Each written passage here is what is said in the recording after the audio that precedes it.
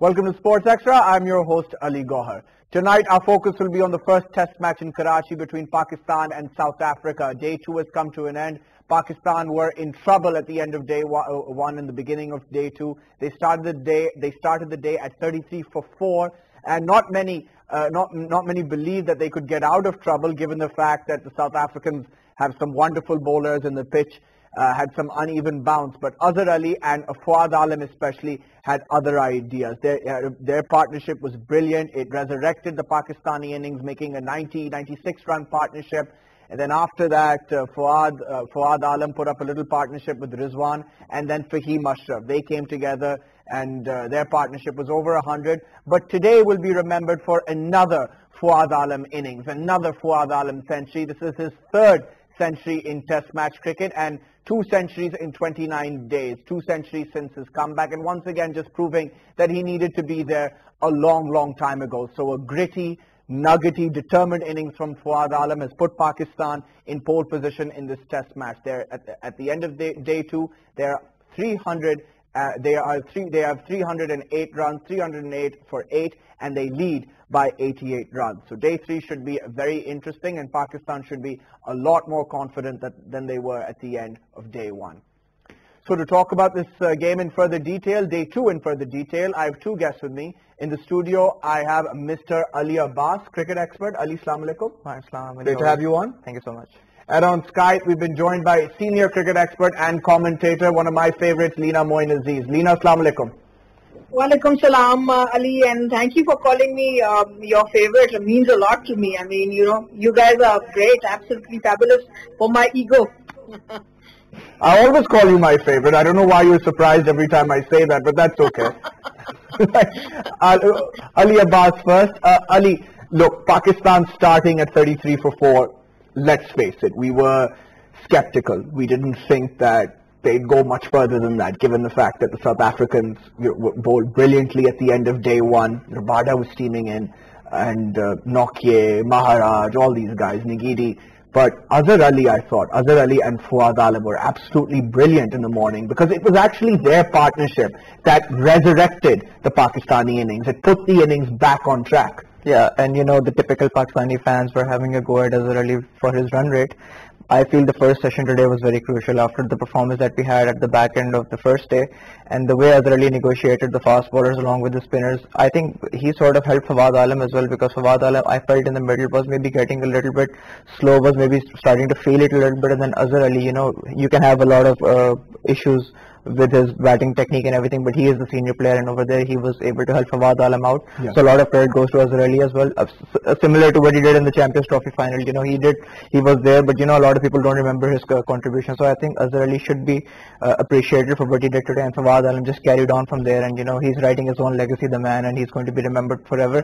And let's just hope it goes forward. We have a tail which is going to wag a little bit tomorrow, I do feel, so we're in a pole position to win this Test match. Yeah, if you wanted 2 Pakistani batsmen to be out there day 2 with 33 for 4, it would be Azhar Ali and Fawad Alam, and they proved it that they were the 2 guys for the job. It was them that put the Pakistani innings back on track. It was wonderful to watch, and let's make no mistake about this, the South African bowlers were constantly testing them on this uneven wicket. Absolutely, Ali. I mean, I have to agree with you. Yesterday, what I said was that, these 2 gentlemen on the crease, Azhar Ali and Fawad Alam, they had a lot of responsibility. And like Ali was saying, that some layman fans who don't know how Test cricket works, they were very worried. But I was saying yesterday, I had a feeling Azhar Ali, being a senior batsman, he always takes Pakistan team out of trouble through his resolute batting, through his temperament. And that is exactly what he did with Fawad Alam. They took the pressure, they endured the pressure, took the team out of it, formed a partnership of 90 plus runs. Azhar Ali got to his 50, then he got out, and Fawad Alam carried on. And that is a partnership which made the dressing room feel good. And the later partnerships between Rizwan and Fawad Alam, and then Fahim and Fawad, they were the result of the Azhar Ali and Fawad Alam partnership. And that is, in the first session, first hour, very difficult, fast bowlers steaming in, 145, 150, these two chaps, full credit to them. And, there is a reason why Azhar Ali has 6,000 plus runs, average of close to 45. So there is a reason for that. And there is absolutely no reason for the gentleman who did not select Fawad Alam for so many years. He should have been in the team 5 years ago, and we here on Sports Extra have been talking a lot about it. And if you remember, we have been talking a lot about this with the late Dr. Zafar Altaf, and we all have been fuming about this. So the men who didn't select him, I hope they sit down tonight, and I hope they don't sleep and think about this a little bit, and just feel a little bit bad, just a tad bad, not too much. Just feel what they did to a gentleman, and full marks to Fawad Alam for doing what he is doing now. By now, he could have had 4,000 or 5,000 runs if he was playing 5 years ago. But anyways, let's talk about today. And he did a wonderful job. Got a century with a six. Showed his people who don't rate him very highly that he can even hit the ball. Played a wonderful innings. And now Pakistan team is in a good position, but mainly due to the partnership of Azhar and Fawad. And then of course Fahim played a great knock. We hear that he's been trained by Yusuf, he's working on his technique with Mohammad Yusuf, and he's doing wonders. And then Rizwan also played well. Certainly, and it was just wonderful to see Fawad Alam making a century in Karachi. He's made so many runs in domestic cricket in Karachi. It's his home ground. And I mean, he knew it by heart. I mean, you could tell he just looked so comfortable out in the middle. I mean, there were just a couple of passages of play where he was troubled a wee bit because the ball was reverse swinging, which we will also discuss. But really, Ali Abbas, just the way Fawad Alam went about it should show everybody that this is how test match cricket is played. You have to grind it out and capitalize on your opportunities, because if you play the waiting game, you'll eventually be rewarded. You yourself may not be able to make runs the way you want to, because Fawad Alam may not be the free-flowing stroke maker that Rohit Sharma or Virat Kohli is. But the others around him, I thought, after Azhar Ali got out, Rizwan, okay, he may have got out prematurely, but he played with a lot of positivity. His stroke play was wonderful, as was Fahim Ashraf, and that took the pressure off Fawad Alam. Yeah, and how sweet that moment would have been if we had fans in the National Stadium, Karachi, Fawad's home support. So, but then hopefully he still has a few years left in him for Test cricket. He will play in front of those fans again, inshallah, one day. And yes, I totally agree with you that it was a fantastic. And every time someone tells me that you need a bit of technique and a bit of style to play Test cricket, I really don't know what they're on about, because Test cricket is about end product.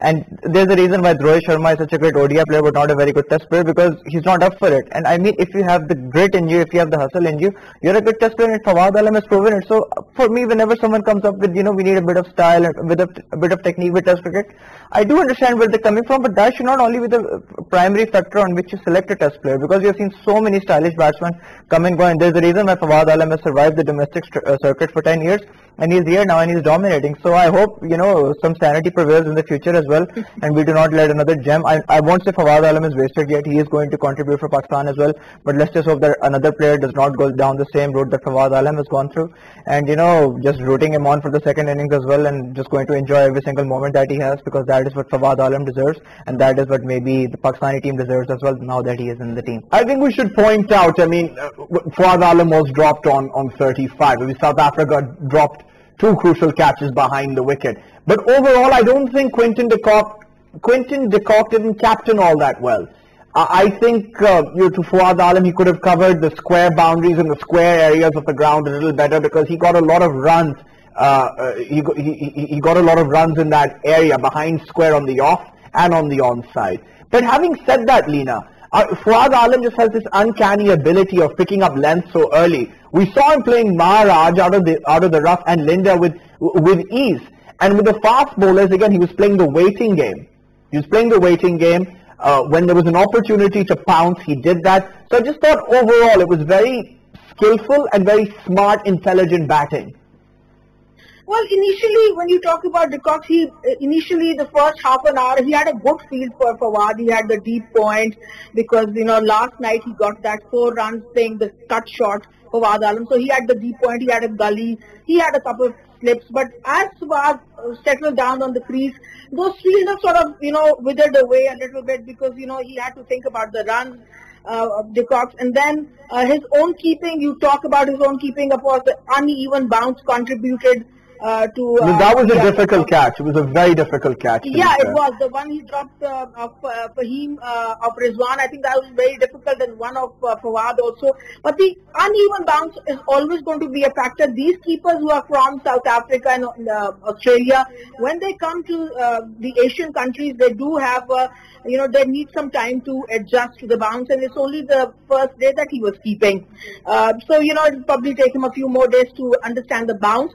And that is why the catches weren't held. But then speaking of Fawad Alam, I mean, he took his time, and the one good thing they did in the morning was to take quick singles, rotate the strike and get the pressure off them. And then the other players did really well. And the one thing that the South Africans didn't do too well, that they wasted all their reviews also. So now they review less. And I haven't seen a team wasting so many reviews and not actually caring about whether it's... Ramiza just said a very good thing. He said the reviews should be for howlers. When the umpires make a glaring mistake, then the review should be used. But South Africa totally wasted the reviews, so that also cost them a little bit. But then coming back to Pakistani batting, they did really well. Last night they made a mistake. I don't know why they sent Shaheen Afridi as the night watchman when they had players like Yasir Shah and Hassan Ali, who's coming from a domestic century actually, Hassan Ali. So they could have easily made good night watchmen. But anyway, it's because, I'll tell you why they didn't do that. I'll tell you why. It's because Hassan Ali and Yasir Shah think they're batsmen. That's why. so they send poor Shaheen Afridi out there to negotiate Nokia. But anyway, we'll get back to that. Ali Abbas, what I enjoyed so much, I mean, watching a test match in Karachi, a test match like this, and I hadn't seen it in so long, with uneven bounce, reverse swing coming into play. I haven't seen reverse swing in so long. Even in the great Australia-India series, we didn't see reverse swing, but here the ball was reversing brilliantly. I thought the South Africans they exploited the conditions. They didn't pick up the wickets that they needed to, but I thought they got the ball to reverse, short mid-wicket in place, close cover catching, silly mid on, silly mid off. You had a leg slip. It was just such fascinating and interesting test match cricket, and we haven't seen that in such a long time, Ali Abbas. It has been really competitive, and we're enjoying every ball of it. And South Africans have been a little casual on the field, maybe with their field placements or maybe with the way they have bowled. But I think their preparation was spot on for this particular series. I think they really did target the areas that you mentioned. And Rabada, even before the match started, he was keeping an eye out for the reverse swing, and he was able to exploit that. And I'm sure he will exploit that in the second innings as well. So this game is by no means over, even though Pakistan is in a dominating position. But just test cricket in Karachi, I mean, it's been so long, and the prospects are really bright. We're going to have more teams come over, more teams play test cricket. I mean, I was sick of watching test matches in the UAE. I mean, no matter how you want to place it, I absolutely hated watching matches. I know I might be sounding a bit too rude, but having test cricket back to Pakistan, credit to the PCB. Those were desperate times as well.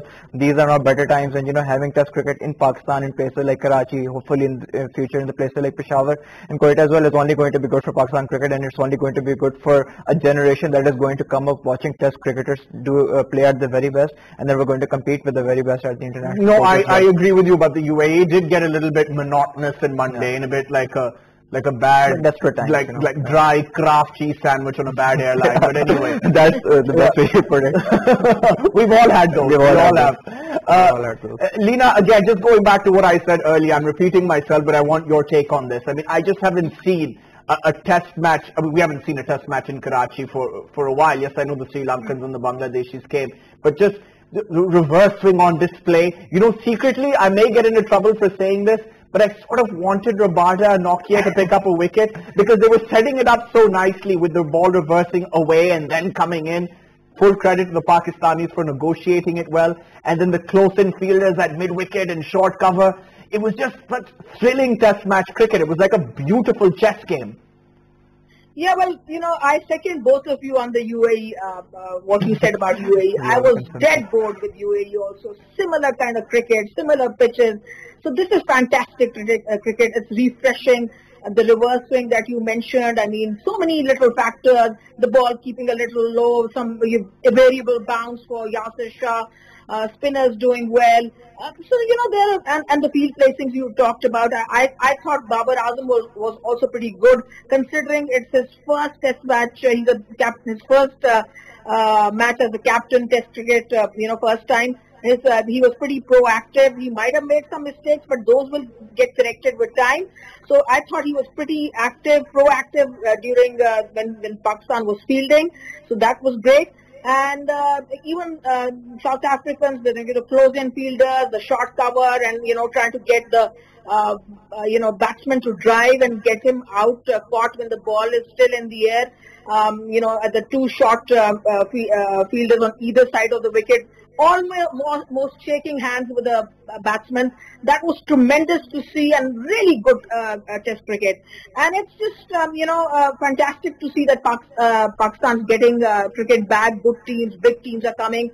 Full credit to Ehsan Mani and Wasim Khan to bring back Test cricket to Pakistan, and the entire PCB team, the media team, Sami Barni, etc. Everyone.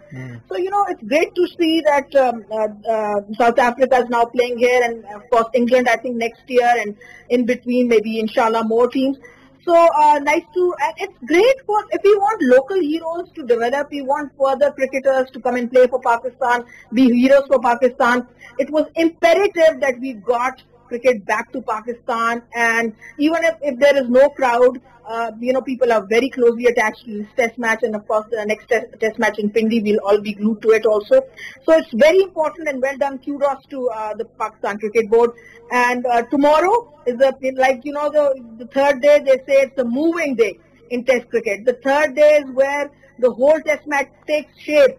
So tomorrow when, Pakistan, if they can get a lead of about 100, 110 and then they come and bowl, that will then set the tone for the Test match. They will have to come and bowl well, Pakistan. Get the South Africans out cheaply, because remember on this wicket, when the ball was keeping low the first day, we have to chase on this wicket, and chasing anything over 160 won't be easy.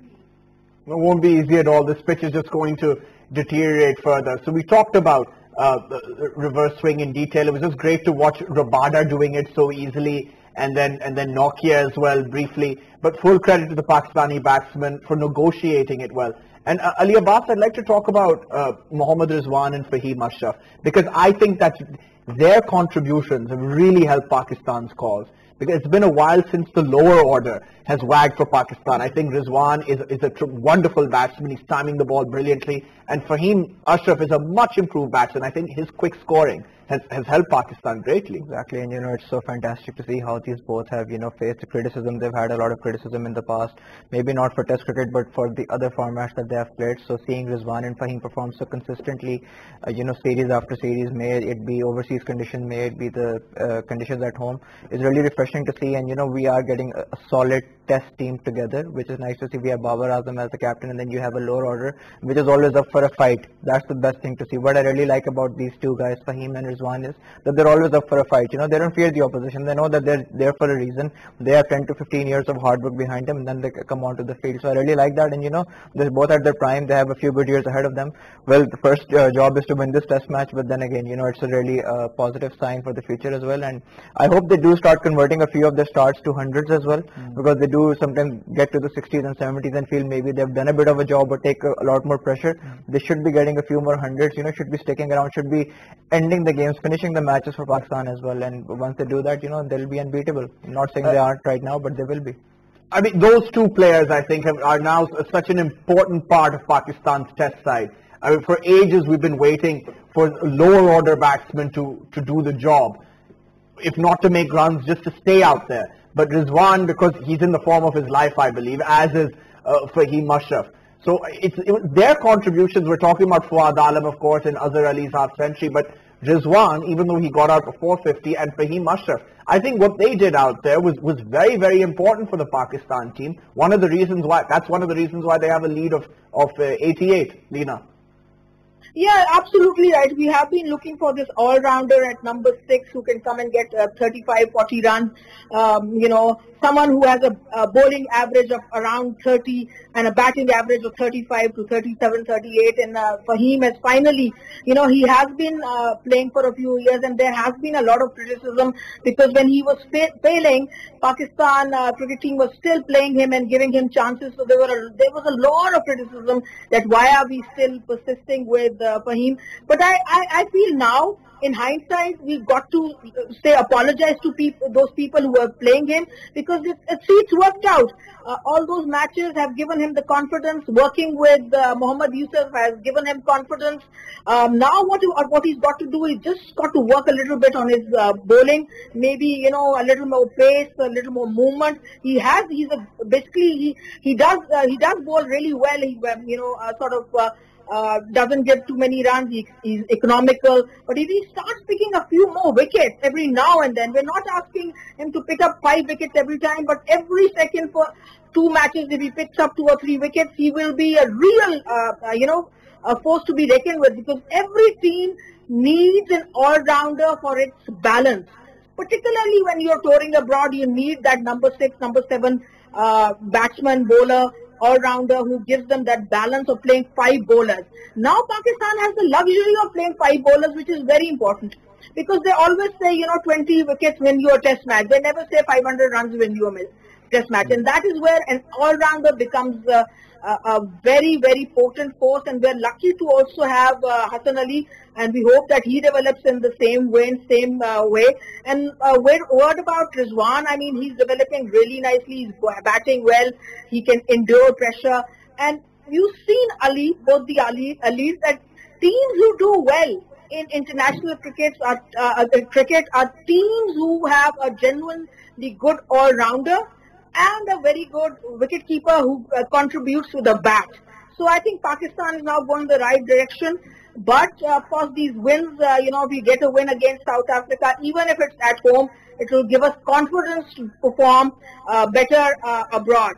But we still got to make those pitches, with bounce, which will give our, batsmen and bowlers the know-how to play in places like New Zealand and Australia and South Africa. I want to talk about South Africa. I mentioned that I think Quinton de Kock missed a few tricks. Yes, a couple of crucial catches were dropped. Fawad Alam on 35 and Fahim Ashraf before I think he even reached 30. So, yeah, that set South Africa back. But I feel like they didn't capitalize on enough on what was going on out there. I mentioned many times before that they did get the ball to reverse. So I feel, Ali Abbas, they could have put Pakistan under a little more pressure. For example, when the new ball was taken, firstly, maybe they shouldn't have even taken the new ball. But the fact that they did take the new ball, they kept bowling Maharaj, and they were bowling him for too long. And then I think Aiden Markram was even given the ball. So I don't know if Nokia and Nagidi were too tired. I'm not sure what the situation was out there.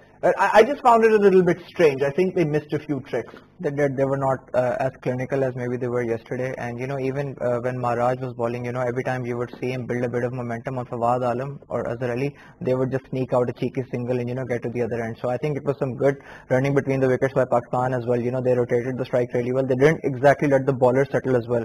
So it wasn't like they were just in the crease inviting pressure and just trying to block it off. They were playing their tricks, and Fawad Alam and Azhar Ali, they're both fit cricketers. Fawad Alam especially, and he's a really good runner between the wickets. And, you would see Maharaj disappointed every now and then because he wanted a full over at Fawad Alam, but Fawad Alam would just take a single and run over to the other end. So that's Test cricket at its very best. Two teams negotiating the challenges that are being thrown at each other. So I think it has a bit to do with Pakistan as well. And yes, South Africa, once you have a team at 33 for 4, and by the end of the day, if they're like nearing a lead of 100 runs, so you have done something wrong. But then again, it's the first test match. I still do believe that South Africa are still firmly in this game, because even a target, as Lena mentioned, it's going to be really difficult to chase on this pitch. So even a target close to 150, 160, with the pitch behaving as it is, and Rabada at his very clinical best, Pakistan have to get some more runs on the board and be clinical. This game is not over yet. South Africa will learn from their mistakes, and it's only going to get better from over here. I think, maybe the rub of the green was just with Pakistan today on day 2. But I think the South Africans will feel a little bit disappointed, like they've missed an opportunity, because they had Pakistan on the ropes. I think at the end of day one, okay, granted, they were bowled out for 220 with the Proteas, but they had Pakistan at 33 for 4 at stumps. Now that's a serious advantage, especially with this bowling attack, with Rabada, Ningidi, Nokia, and then the spinner Maharaj, who's a very good spinner, and Linda as well. I just feel like they'll go back today and feel a little bit upset, a bit disappointed. So they'll want to come back strongly, and it's not going to be easy for them. If Pakistan, I mean, it's already a very handy lead, 88. But if anything more than that, if it goes well over 100, they'll be in serious trouble, and they'll look back on this day 2, and feel like they could have done a little bit better. Yeah, well, you're absolutely right. Perhaps I feel that the South Africans missed a wrist spinner. If they could have played Shamsi, it could have made a difference. Linde is good enough, but they probably played the left-arm spinner because Pakistan is so weak, traditionally weak against the left-arm spinner, Herat and Ravi Shastri, etc. We've always been in a lot of trouble against the left-arm spinners. But I feel on this wicket, maybe a wrist spinner would have been handy. But I feel maybe he had a niggle, and that's why I didn't play him. At one point, I heard that South Africa was thinking of playing 3 spinners, but then they decided not to play 3 and play 2. But I feel maybe things could have been different today had they opted for a wrist spinner, and maybe because Yasir Shah, they were showing today the graphics. They were showing that he got most turn, I think 3.9 degrees. And the South African spinners got much less turn, especially Linde. So, maybe a selection, maybe they faltered with the selection. In my opinion, they should have gone with the wrist spinner. If he had a little bit of niggle, I mean, maybe still they should have gone with him, because he seems, I'm a big fan of Shamsi. He's a good bowler. Leg spinners are match winners. They have the X factor. They can get you wickets, get you set batsmen out. So they, perhaps I felt that this attack was very, it lacked variety. And, all the 3 pacers, they had a lot of pace. But if they had a leg spinner, that would have made their attack complete. And maybe things would have been different at the end of day 2. Because now, I mean, like I was saying before, that Pakistan do have to chase, in the end, they are going to play last, and to win a match, they'll have to chase. But South Africa will be in trouble because Pakistan have the leg spinner. And the newcomer, I'd like to say a few things about him. Noman, he's a round arm bowler, doesn't have the classical high arm action, but he's very handy, has a great arm ball, and is very accurate and very experienced. So South Africa, I mean, are in a lot of trouble in this match. Unless, I mean, Pakistan collapses totally in the 4th innings. I mean, Pakistan just have their noses a little bit in front. You mentioned the spinner Noman. He also is, he looks exactly like Zulfikar Babar. He's his doppelganger. I'm not just saying it because they're both left-arm spinners. When I turned on the TV, I thought Zulfikar Babar was making a comeback, but no, it was Noman. And like Zulfikar Babar, he's made his debut late, and he'll have a role to play come South Africa's second innings, both him and Yasir Shah. But I think it's fair to say, Ali Abbas, that Yasir Shah will be the main threat. The South Africans will be worried about him. Yeah, these are the conditions that are tailor-made for Yasir Shah, and he needs a bit of wickets under his belt as well. He's not had a good couple of years, and seeing him take a few wickets, it's nice to see Yasir Shah back. And as you mentioned, he considers himself to be a batsman as well. So in those 2 years, if he did not take any wickets, he was able to get a century in Australia. So I'm sure Yasir Shah has a whole list of achievements that he will tell you he has had over the last 2 years. But they are going to fear Yasir Shah, and I think they were maybe a bit too evasive against him as well. Instead of trying to take him on, they were trying to be a little bit more defensive, and that is what Yasir Shah thrives on. When he has a batsman under pressure, that is when he is at his very best, when he can have the field that he really needs against the other team. So he will be clinical in the second innings, the third innings overall, in the second innings for the South Africans. And yeah, Noman, he seems to have a good defense as well. I really like, he was not just there to hang around, Even I'm not saying he's a batsman because, but then again, he was actually... Wasim Akram and Bazid Khan before the match were speaking to Zainab Abbas, and Bazid mentioned that, Noman can bat a little bit, and then Wasim Akram interrupted him saying, if Noman can bat, then I'm ready to pad up. But I'm not sure if Wasim Akram was aware what Numan's numbers. He's unaware of his numbers in Test cricket. I think he averages 20. And again, that's very good for Pakistan, and that's what came. That's what came to Pakistan's aid, their lower order. The fact that Rizwan is doing so well, and Fahim Ashraf and Hassan Ali is just, I mean, he recently made a first-class century, a crucial first-class century. Yasir Shah Okey's made 100. I think that was in Brisbane, was it, or was it in Adelaide? It was in Brisbane. It was in Brisbane, I think. Yeah. So I think that after a long time, this was very smart selection by the Pakistanis. Even if they go on to lose this one, Ali Abbas, I think this was a good team that they selected for Karachi. You know, anyone who hangs around in the domestic circuit for 10 to 15 years, you know that he has had to bat in a few situations, and that is why when you get a player who's had his say, had his dominance in the domestic cricket, you can expect that he can hang around with the tail as well. So when it comes to the team selection, you know, Mohammad Wasim and his statistics, you know, they are proving to be correct at the moment, and let's just hope that in the future as well he's able to stick to this selection, he's able to stick to this method. And as you mentioned in the previous show, that is where us as the fans basically come in, where we have to maybe sort of be a little bit more patient, because every time you're trying to reform things a little bit, things can maybe get out of hand, and it doesn't exactly mean that the sky is going to fall down. So let Mohammad Wasim have his few months or maybe an year or two just to get things right, and then by the end of that we can always comment, but let him select the players on the basis of how he wants to select them. And in the future, you know, we might have a team that is, we might have a better domestic structure, and then because of that we might have a team that is going to dominate on the world stage. We have to go back to Fawad Alam and then what South Africa need to do, how the South Africans need to go about it in their second innings. But Lena, again, you know, I think he's trending on Twitter, he's trending on all social media platforms, and we all know why. I mean, it's not just that he's made 100. Again, it's because of his story. And I think his story is something that everybody, youngsters and whoever, from any walk of life should be inspired by. That if you keep plugging away, if you keep applying yourself and you have faith, you can go on to do great things. It doesn't matter how old or how young you are. I think Fawad Alam's story is truly inspirational. It just goes to show that determination and hard work can take you a long way, and it also reveals that something has been very, very wrong with the Pakistani selection process, so that needs to be rectified quickly. Yeah, well, that's what I said, Ali, that, you know, people who didn't select him should at least lose a few nights' sleep. You know, they should think about what they did, feel a little bad. If they don't feel bad, then, I mean, I don't know what to call them, really. So, you know, they should lose a little bit of sleep, think about it, and sometimes, you know, people make mistakes, they should realize their mistakes. And then next thing you said, the next good thing, the main thing you said in this whole thing is keep plugging away. And that's a great thing. We, you know, all of us, we have different journeys. We have some great high moments, some low moments.